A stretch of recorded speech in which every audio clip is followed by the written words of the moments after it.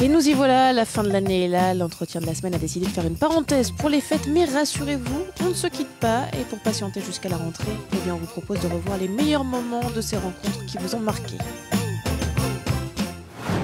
C'est super bien de participer à une compétition comme une Coupe du Monde, et voilà, mais le tout c'est pas d'y participer, on y va, enfin, moi j'ai envie d'y aller pour faire quelque chose de bien, pas seulement pour dire j'ai fait une Coupe du Monde en Afrique du Sud, c'était la première et dégager au premier tour. On était loin de penser qu'il allait se passer ce qui s'est passé au mois de juin. Je crois que bon, ça a fait beaucoup de mal au football français. Ça commence fort là, hein.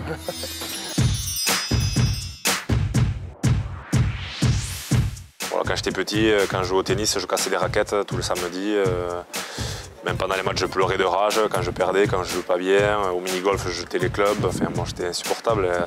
Et quand je suis arrivé au rugby, il m'est arrivé de casser ou de mettre des coups de pied dans des portes, ouais, être assez énervé après les matchs. Et ça mettait beaucoup de temps à retomber. Ouais. Il me fallait beaucoup de temps. Aujourd'hui, il m'en faut un peu moins. C'était vraiment ce que je recherchais dans le sport, c'est-à-dire un épanouissement qui soit physique mais aussi mental, avec de superbes valeurs qui sont développées dans ce sport.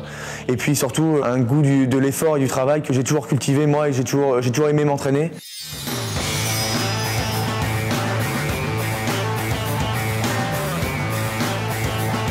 Ici tous les gens, le gosse là, qui vient de passer, qui a 18 piges, il est avec toi, il s'en bat les couilles.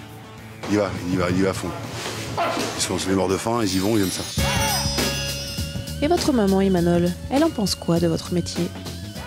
Même aujourd'hui, même quand elle vient au match, je crois que déjà elle vient pas. Enfin, elle vient pas souvent parce qu'elle aime pas me voir par terre, elle aime pas voir quand je prends des coups. Alors des fois, quand je lui dis je joue pas, elle est contente, elle.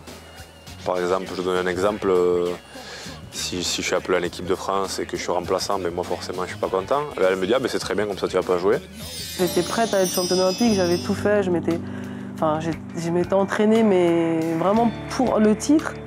Et en fait, c'est une des rares fois où vraiment je suis tombée contre une vraiment plus forte que moi ce jour-là. Donc ça a été dur à accepter et ce sera toujours dur de voir que j'ai pas réussi à avoir cette médaille d'or. Notre objectif, c'est de se qualifier. Si on n'y arrive pas, j'estime que je n'aurais pas rempli l'objectif que je me suis fixé. Donc quand tu n'arrives pas à relever tes objectifs, il faut laisser la place à d'autres.